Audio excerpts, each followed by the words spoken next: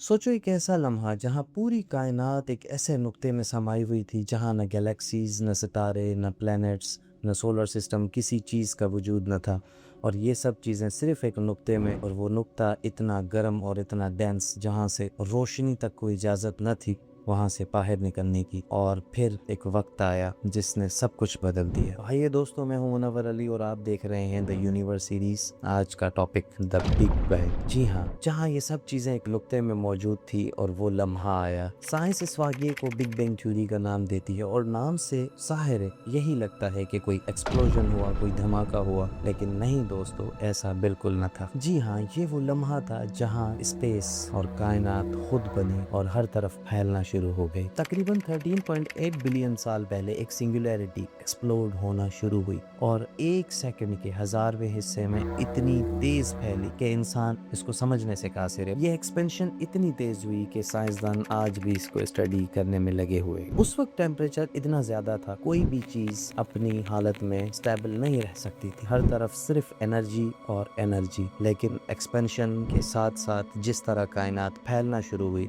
तो कायनात ने फैलाव के साथ अपना टेम्परेचर कम करना शुरू कर दिया। और इसी तरह इस टेम्परेचर डिफरेंस की वजह से एनर्जी ने पार्टिकल्स की शक्ल लेना शुरू की। सबसे पहले छोटे छोटे पार्टिकल क्वार्क्स और इलेक्ट्रॉन बने और ये पूरी स्पेस, पूरे कायनात में यहाँ वहाँ एक दूसरे से टकराते फिरते और आगे चलकर इन्होंने अपने टकराव के साथ दो नए एलिमेंट और बना जो इस पूरी कायनात के बनने का बुनियादी सबब बने। जी हाँ, उन्होंने प्रोटॉन और न्यूट्रॉन बिलाखिर बना लिया। ये वो बुनियादी ब्लॉक्स थे जिनसे आगे चलकर एटम बनना था और इस पूरी कायनात का वजूद बनना था। कुछ मिनट बाद एक और अहम चीज हुई। प्रोटॉन और न्यूट्रॉन ने मिलकर न्यूक्लियाई एटम बनाए। सबसे पहले हीलियम और हाइड्रोजन के न्यूक्लियाई एटम बने। ये वो एटम थे जो आगे चलकर सितारों के बनने की बुनियाद बने। मगर उस वक्त भी कायनात अंधेरी थी। रोशनी मौजूद तो थी लेकिन वो फ्रीली ट्रैवल नहीं कर सकती थी। हर तरफ चार्ज पार्टिकल का इतना रश था, रोशनी कभी यहाँ टकराती, कभी यहाँ टकराती और बिलाखिर वापस लौटती, आगे सफर नहीं कर सकती थी। लेकिन कहानी अभी शुरू हुई थी। वक्त गुजरता गया, चीजें और माहौल और मामला चेंज होते गए और ये वो लम्हे थे जिन्होंने आगे चलकर 13.8 बिलियन साल बाद ऐसी कायनात तख्लीक करनी थी जिन्हें आज आप और हम मिलकर समझने की कोशिश कर रहे हैं। आज हम रात को जब आसमान की तरफ सितारों को देखते हैं, बिलियंस ऑफ स्टार्स को देखते हैं, तो हम शायद अंदाजा भी ना लगा सकें कि ये सब चीजें ऐसे नुक्ते से जन्मी हैं जिसे इंसानी आंख देख तक नहीं सकती। जी हाँ, बिल्कुल दोस्तों,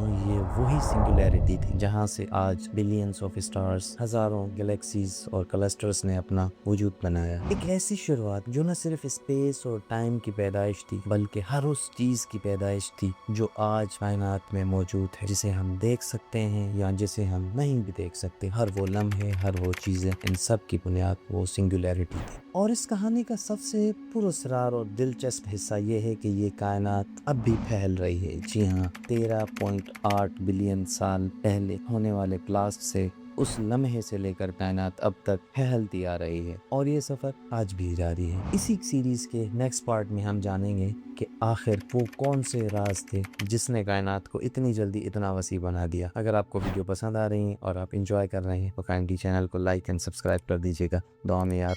अल्लाह हाफिज।